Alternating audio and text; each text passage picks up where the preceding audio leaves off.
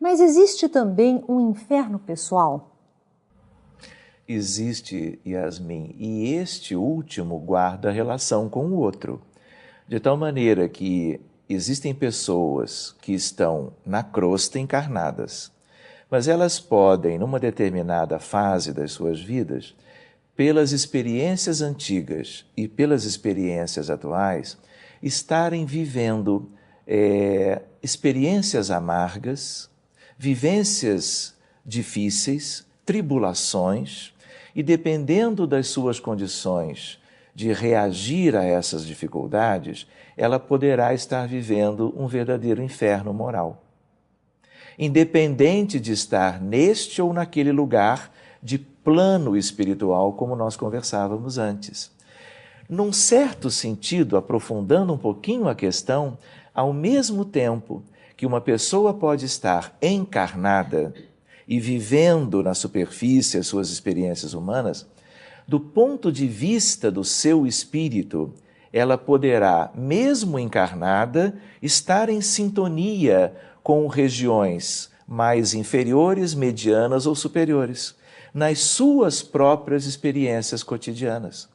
De tal maneira que, por exemplo, quando elas adormecem, a alma se desdobra e, dependendo das suas angústias pessoais e dos motivos destas suas angústias e das suas reações a essas dificuldades todas, ela poderá estar naturalmente descendo para planos inferiores. Quando ela acorda, ela vem e reassume a sua consciência e o período de vigília daquele dia.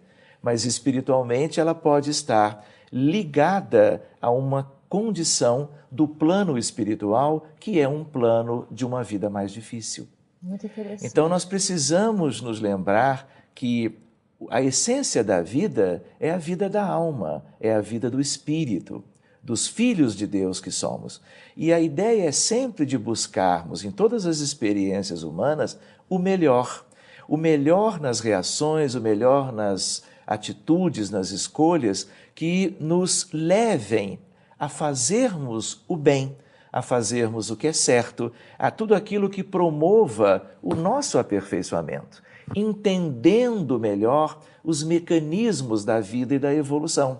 Senão nós vamos sempre reagindo de uma maneira inadequada, e nessas nossas reações inadequadas, nós podemos até estar como que criando para nós mesmos um verdadeiro inferno pessoal que depois, inclusive, do desencarne, e às vezes até antes, será vivido nestes planos inferiores da vida terrena. Então, o senhor está nos dizendo que as nossas escolhas, a escolha do que nós falamos, das nossas atitudes, a nossa vivência, enfim, externa e também interna, o trabalho com as nossas emoções, por exemplo, tudo isso vai definindo o lugar para onde nós vamos após a desencarnação. Porque vai definindo quem somos.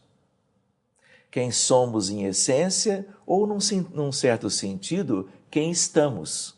Porque hoje nós somos como somos.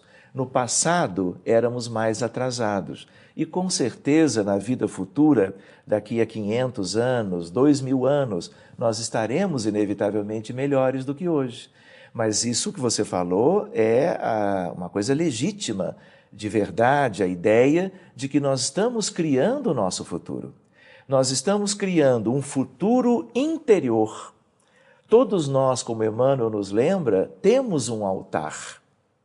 É o altar que interessa. Os altares de pedra do mundo são relativos e só servirão se eles nos levarem a uma busca interior de aperfeiçoamento, senão os altares não servirão a qualquer finalidade. Nós estamos num processo de reconstrução ou de construção de um processo evolutivo espiritual. E nós temos que atentar para isso, buscando sempre o melhor, mas não esquecendo de que muitas vezes buscando o melhor para nós é pensarmos no outro.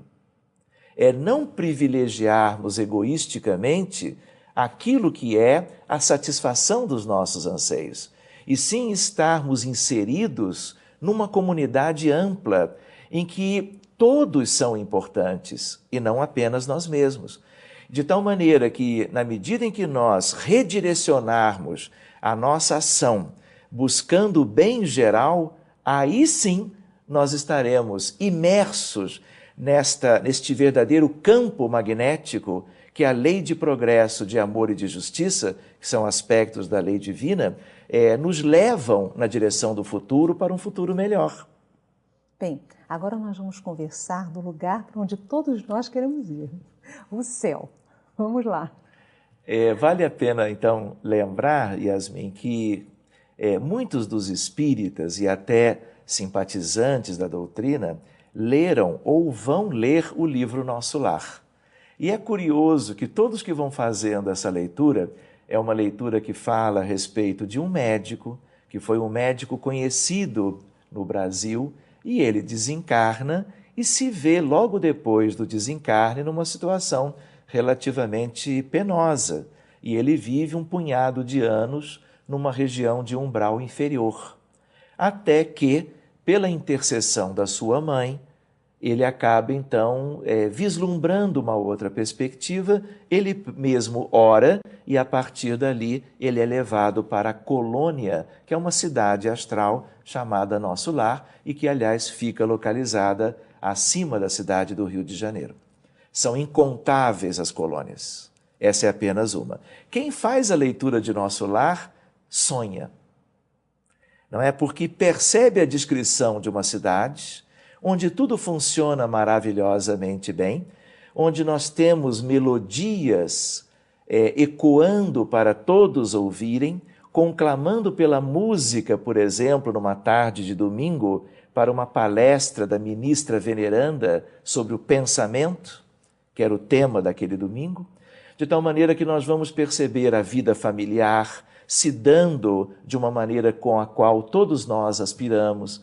Nós vamos ver tudo sendo propriamente vivido, promovendo o aperfeiçoamento para cada um dos integrantes, independente da sua condição espiritual. Claro, para aqueles que conseguiram chegar na colônia. Então, para muitos de nós, viver em nosso lar ou numa colônia equivalente de umbral superior é o céu. Então, todas essas questões são relativas. Vejam só, para aqueles que reencarnaram egressos de esferas mais inferiores, vamos dizer assim, não é? Viver na crosta, mesmo com essas dificuldades, pode ser o céu para eles, porque eles estão vindo de baixo. Para aqueles que vêm de cima e voltam a encarnar e vivem as dificuldades do mundo dentro, claro, de uma programação, tem essa experiência com a sensação de inferno, porque é relativo tudo isso. E a gente lembra que, enquanto para alguns a colônia Nosso Lar já seria um bálsamo mais do que suficiente e dentro do merecimento de muitos, para certos espíritos aquilo ainda é muito aquém da vida celeste, que aspiram e que se aspiram muitas vezes é porque de verdade já vinculam os seus espíritos a uma vida ainda mais elevada, em planos muito mais altos do que aquele da colônia Nosso Lar. Mas como nós somos de condição mediana, não é? A colônia Nosso Lar é uma maravilha. Quem é que lê o livro e não fica página por página percebendo tudo aquilo sendo descrito e sonhando, não é, de arrumar um lugarzinho para, uma vez desencarnando, ter acesso à colônia e poder viver ali muitas décadas?